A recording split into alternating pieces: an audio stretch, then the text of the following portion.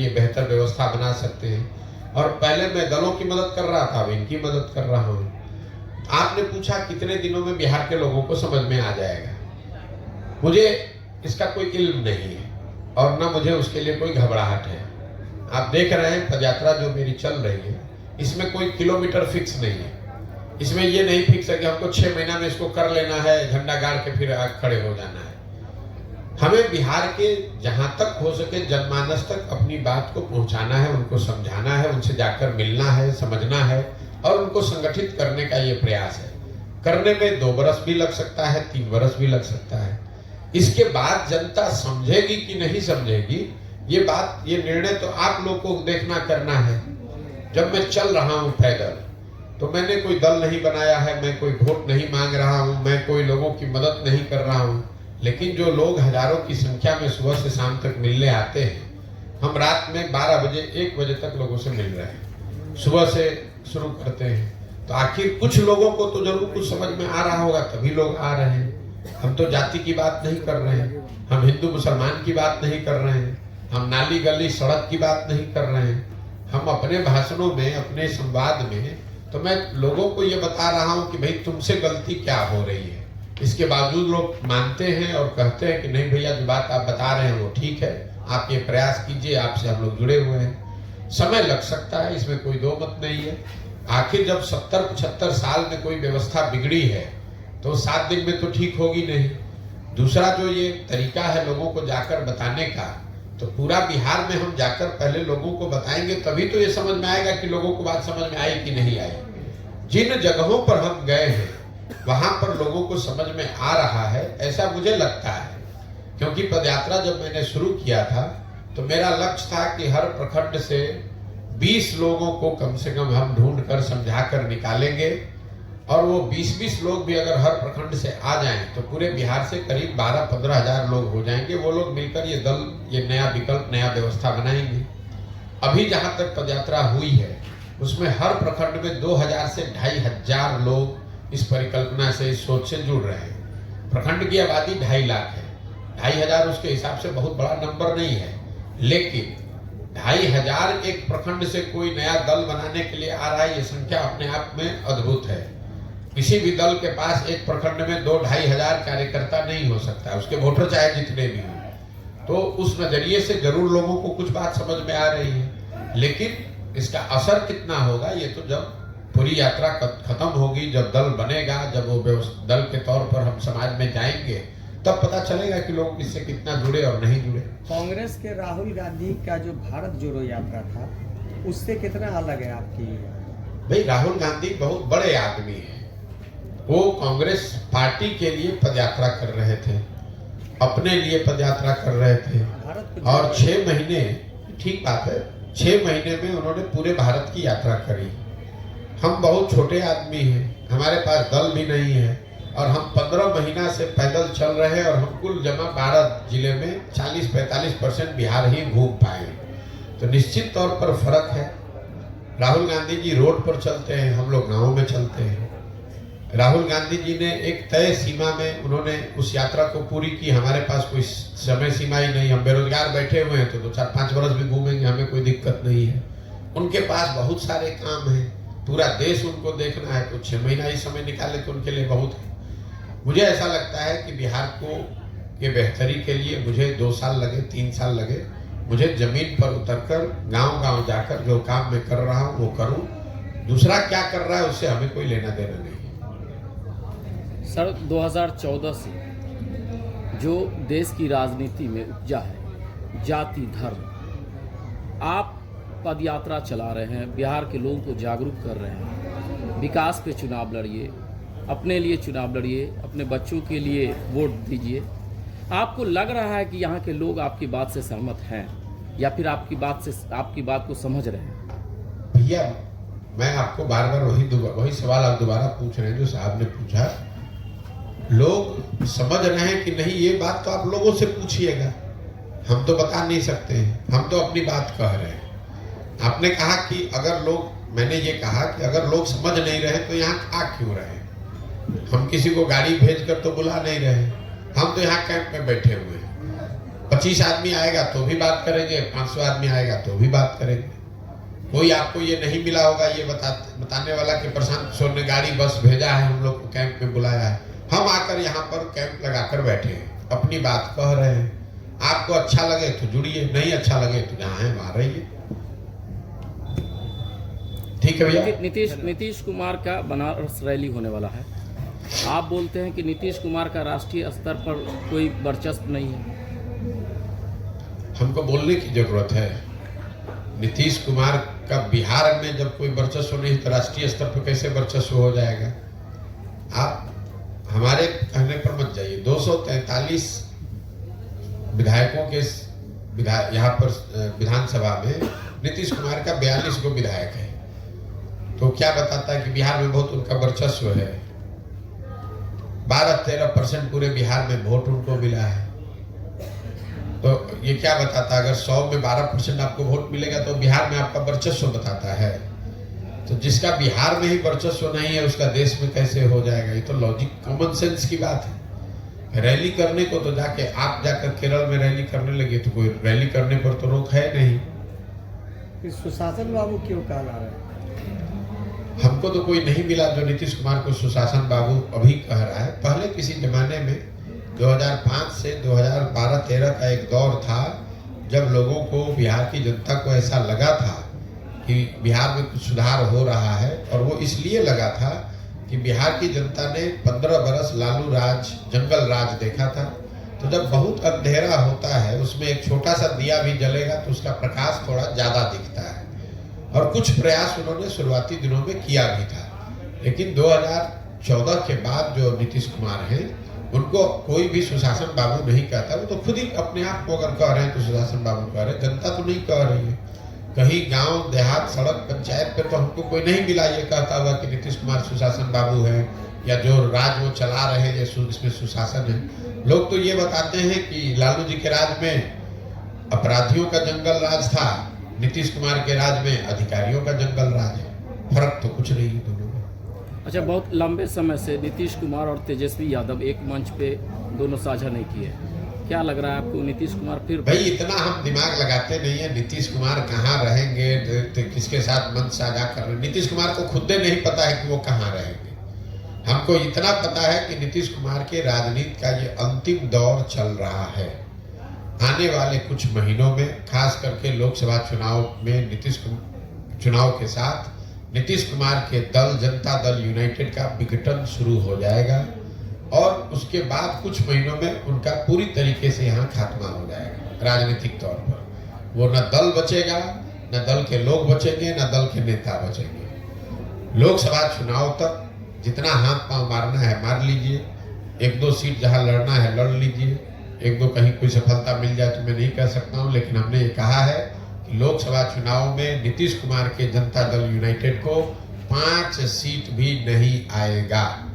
अगर आएगा तो हम बिहार की जनता के सामने खड़ा होकर अपनी गलती मानने को तैयार हैं। तो आपके हिसाब 5 सीट भी नहीं आएगा, उनको नहीं आएगा। उसके बाद उनके दल का विघटन होना अवश्यंभावी है। सर, बिहार की राजनीति को आपने नजदीक से देखा है, कितना भी विकास की बात कर लीजिए, लेकिन जब वोट का वक्त आता है तो वही जाति देखी जाती है। आपका क्या इरादा, मतलब चुनाव के टाइम में बताएंगे कि मैं ये करूंगा? आपके जितना तो राजनीति की हमको समझ नहीं है, लेकिन अगर आप ही के बात को हम सही मान लें तो आप हमको समझा दीजिए कि मोदी जी को बिहार में तो वोट पड़ा है कि नहीं पड़ा है? पड़ा है। मोदी जी के जाति के कितने लोग बिहार में रहते हैं ये बता दीजिए। अगर जाति पर ही, आपने कहा कि हर आदमी जाति पर ही वोट देता है, तब तो मोदी जी को बिहार में एक भी वोट नहीं मिलना चाहिए था। इसी बिहार में 20% मुसलमान रहते हैं। ये सारे लोग जनता दल, ये आरजेडी को वोट देते हैं, तो लालू जी की जाति और मुसलमानों की जाति तो एक नहीं है, तो क्यों देते हैं ये लोग वोट आरजेडी को? इतना जो आप लोग सिंप्लीफाई कर देते हैं कि सब जाते पर दे रहा है। अगर ऐसा होता तो ना मोदी को वोट मिलता हिंदुओं का, ना आरजेडी को वोट मिलता मुसलमानों का। वोट मूलतः यहाँ 4 बिंदुओं पर पड़ता है। पहला, उसमें एक जाति भी बड़ा मुद्दा है, लेकिन जाति एकमात्र मुद्दा नहीं है। समाज में एक बहुत बड़ा वर्ग है जो हिंदू मुसलमान के नाम पर वोट देता है। तीसरा एक बहुत बड़ा वर्ग है जो भाजपा का वोटर नहीं है, लेकिन उसको लालू जी से विरोध है, लालू जी से डरता है, इसलिए जाके डर के मारे भाजपा को देता है। 5 वर्ष वो भाजपा के नेताओं को गाली देता है, लेकिन चुनाव जब दिखता है कि सामने आरजेडी जीत सकती है तो आरजेडी को तो दे नहीं सकता, तो जाके भाजपा को देता है। और यही हाल कमोवेश मुसलमानों का है। ये आरजेडी के वोटर नहीं है, ना जाति के आधार पर ना धर्म के आधार पर। इनको लगता है कि भाई भाजपा को तो हम दे नहीं सकते हैं, तो हम किसको देंगे? एक आरजेडी बचा, उसको आरजेडी को वोट देते हैं। तो जो मजबूरी का वोट है उसको आप जाति का वोट ना बताएं। ये जाति का वोट नहीं है, ये मजबूरी का वोट है, डर का वोट है, विकल्प नहीं है इसलिए दे रहे हैं। विकल्प बन जाएगा, नहीं देंगे उसको वोट। अच्छा, केंद्र में जो अभी सरकार है तो इसको कितना फर्क पड़ेगा 24 लोकसभा में ये इंडिया गठबंधन जो बना है? कितना फर्क पड़ेगा इस पे निर्भर करता है कि इंडिया गठबंधन कितना बढ़िया बनता है, कितना बढ़िया उसको चलाया जाता है, क्या कार्यक्रम। स्कोप क्या है भैया? ऐसा है, आप किताब खरीद के ले आइएगा घर, उससे परीक्षा पास हो जाइएगा। सबसे बढ़िया जो मार्केट में किताब है वो खरीद के ले आइए, बिना पढ़े हुए आप पास हो जाइएगा। तो इंडिया अलायंस वैसे ही है कि आपने किताब मार्केट से जमा कर लिया, अब उसको पढ़ना भी तो पड़ेगा भाई। कोई उसका कार्यक्रम हो, नैरेटिव हो, नीचे जनता उससे जुड़े, समझे, तब तो फायदा होगा। किताब खरीद के लाके घर रख लीजिएगा और कहिएगा परीक्षा में कितना नंबर आएगा। पढ़िएगा, बढ़िया पढ़िएगा तो बढ़िया नंबर आएगा, नहीं पढ़िएगा तो फेल हो जाइएगा। वही हाल इंडिया अलायंस का भी होगा। बहुत बहुत धन्यवाद भैया। आखिरी सवाल कर लिया जाए। मैं बोले सर, भाजपा का जो राजनीति का तरीका आप जानते हैं, हिंदू मुस्लिम वाला है। और भाजपा के पीछे पूरी आरएसएस की पूरी लॉबी 200 साल की तैयारी हुई और लगातार आरएसएस के जो भी कार्यकर्ता हैं या फिर उनको मानने वाले बढ़ते जा रहे हैं, यानी भाजपा के वोटर्स बढ़ते जा रहे हैं। जब भाजपा के वोटर बढ़ेंगे तो इधर सेकुलर वोटर तब कम होते जाएंगे। सर, उन्हें रोकने के लिए क्या तरीका अपनाना? ऐसा है कि अगर भाजपा के वोटर बढ़ ही रहे हैं जैसा आप बता रहे हैं, तो भाजपा फिर 15 राज्यों में चुनाव कैसे हारी है? तो जीत भी रही है सर। भैया, जीत वहां रही है जहां उनका मुकाबला ज्यादातर जगहों पर कांग्रेस से है। तो अपनी ताकत से जीतने के बजाय वो कांग्रेस की कमजोरी से ज्यादा जीत रहे हैं। भाई, पूरा जो आपने कहा भाजपा का वोट बढ़ रहा है, ठीक बात है, वोट तो बढ़ रहा है, लेकिन पिछला जो 2019 में चुनाव हुआ उसमें भाजपा को 38% वोट पूरे देश में मिला। तो अगर 100 लोग जो वोट देने गए उसमें 62 आदमी तो भाजपा के साथ नहीं था, 38 आदमी भाजपा के साथ था। अब जो 62 आदमी भाजपा के साथ नहीं था उसको एकजुट करने वाला कोई ताकत, कोई फोर्स, कोई राजनीतिक पार्टी, नेता नहीं है, इसलिए भाजपा आपको मजबूत दिख रही है। जब वो ताकत कोई बना लेगा तो भाजपा को कोई ऐसा तो है नहीं कि 50 से ज्यादा % वोट आ रहा है। भाजपा के पास जो ताकत है सर, हिंदू मुस्लिम वाला, वो किसी और के पास नहीं। अरे भैया, हिंदू मुस्लिम का ताकत उनको कोई नया नहीं ना आया है, ये तो 50 वर्ष से उनके पास है। भाजपा चुनाव से पहले नहीं हार रही थी, ये तो पिछले 2 बार से चुनाव जीत रहे हैं। जी, आपका कोई सवाल? उसी तरह का सवाल पूछ लिया इन्होंने। बात जो हो रही है वो आपकी असल में हमको लग रहा है कि वोटर्स को आप अवेयरनेस ला रहे हैं। मेन चीज़ ये है, पार्टी बाद में आपकी आएगी। आप शिक्षा पे बड़ा जम करके बोल रहे हैं, आप बेरोजगारी पे बोल रहे हैं, कुछ स्थानीय मुद्दे पर भी फोकस हो रहा है, सद्भावना पे नहीं कर रहे हैं। बात वहीं आ गई, उन्होंने दूसरी तरह से पूछ लिया है, सद्भावना को भी एक विषय बनाया जाना चाहिए। क्या ख्याल है? नहीं, हम जो बात बोल रहे हैं कि जब आप अपने और अपने बच्चों के हित की बात करेंगे तो सद्भावना उसमें शामिल है। आप जब किसी को रोकने की बात करते हैं तो आप भी सद्भावना की बात नहीं कर रहे हैं। लालू जी सद्भावना की बात नहीं कर रहे हैं, लालू जी भाजपा के डर की बात कर रहे हैं। हम कह रहे हैं कि ना हिंदू से डरो ना मुसलमान से डरो, अपने बच्चों के भविष्य के लिए डरो। सद्भावना उसमें शामिल है। सद्भावना के नाम पर ही तो आपको डरा कर भाजपा से वोट लिया जा रहा है। लालू जी ये कह रहे हैं कि भाई भाजपा से डरो, अपने बच्चे, अपना बच्चा अगर अनपढ़ भी है तो उसकी चिंता मत करो, हमको वोट देते रहो।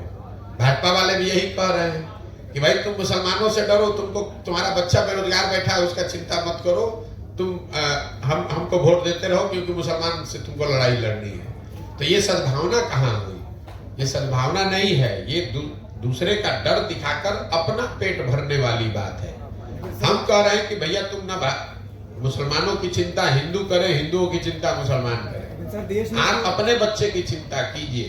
अगर आपका बच्चा पढ़ेगा, आप जिस सद्भावना की बात कर रहे हैं, जब दंगा होता है, कोई ऐसी घटना होती है तो उसमें भी सबसे पहले गरीब मरता है। कोई पढ़ा लिखा होशियार धनी आदमी नहीं मरता है, चाहे वो हिंदू हो या गरीब हो, उस पर भी मरता वही है जो रोड पर गरीब अनपढ़ बैठा हो। जाते जाते अगर आप अपने बच्चों को पढ़ाएंगे, उनको रोजगार होगा, उनकी आर्थिक तरक्की होगी, तो उनके जरिए सद्भावना भी आएगी।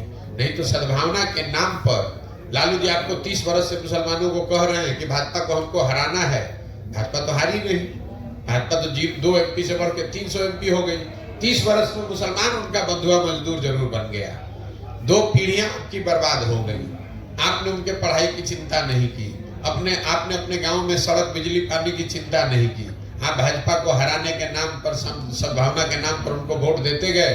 उनके बच्चे बड़े हो गए, लालू जी बड़े हो गए, वो राजा बन गए, और आपके बच्चे धारावी में जाकर मजदूरी कर रहे हैं, गुलामी कर रहे हैं। तो अगर ऐसी सद्भावना की राजनीति आप चाहते हैं तो नहीं, मेरा उससे सरोकार नहीं है। मैं वैसी सद्भावना की राजनीति नहीं करना चाहता हूँ। मैं शिक्षा और रोजगार की राजनीति करना चाहता हूँ। मैं बिहार में तरक्की की बात करना चाहता हूँ। हिंदू मुसलमान अगड़ा पिछड़ा की बात नहीं कर रहा हूँ। ये बहुत लोग आरक्षण की बात करते हैं। मैंने अभी आपको आंकड़ा दिया, 1.5% लोग ही सरकारी नौकरी में हैं। तो चाहे आप आरक्षण 40 कर दीजिए कि 100 में 100 कर दीजिए, फिर भी 98.5% आदमी को तो कुछ उसका लाभ नहीं मिलना है। तो ये तो लोगों को बेवकूफ बनाने की बात है भाई। अगर 1.5% आदमी को ही सरकारी नौकरी है तो उसी में तो आरक्षण आप दिया है आपने। जो समाज का बड़ा वर्ग है उसके पास तो कुछ मिला ही नहीं, इसीलिए तो जो गरीब और पिछड़े। नहीं तो अगर आरक्षण से ये सब सुधरना होता तो सारे पिछड़े समाज के लोग अभी अच्छे हो गए होते पिछले 30 वर्ष में। क्यों नहीं है? इसलिए कि 1.5% के लिए जगह ही है, तो 1.5 में तो लीजिएगा, आधा ले लीजिए या 80% ले लीजिए। 98.5% जो गरीब आदमी है वो किसी जाति का हो, उसको तो सरकारी नौकरी मिलनी ही नहीं है। सर एक सवाल है, ये आरोप वाला सवाल है सर, क्योंकि जेडीयू या फिर आरजेडी की अगर बात करें, कोई पार्टी अगर अलग चुनाव लड़ती है उन लोगों से हटके, वो आरोप लगाते हैं बीजेपी की बीच में। आप पे भी लग रही है, एक MIM पार्टी है सर, उस पर भी लगती है। चलिए भाई देखिए, ऐसा है कि बिहार में इन तीनों दलों को मुफ्तखोरी की आदत लग गई है। अब आरजेडी को बिना कुछ काम किए हुए मुसलमानों का एक मुश्त 20% वोट मिल जाता है, तो क्यों चाहेंगे कि मुसलमानों के पास कोई विकल्प हो जाए ताकि उनके काम का वो आकलन होना शुरू हो जाए। वही हाल भाजपा का है। भाजपा को यहाँ वोटें मिला टोटल 19%। आप लोग भाजपा को इतना बड़ा दल बताते हैं जैसे लगता है कि पूरा बिहार में भाजपा है। पिछला विधानसभा चुनाव में भाजपा को 19.6% वोट मिला है बिहार में, सिर्फ 19.6%। नोट करके रखिए इसको।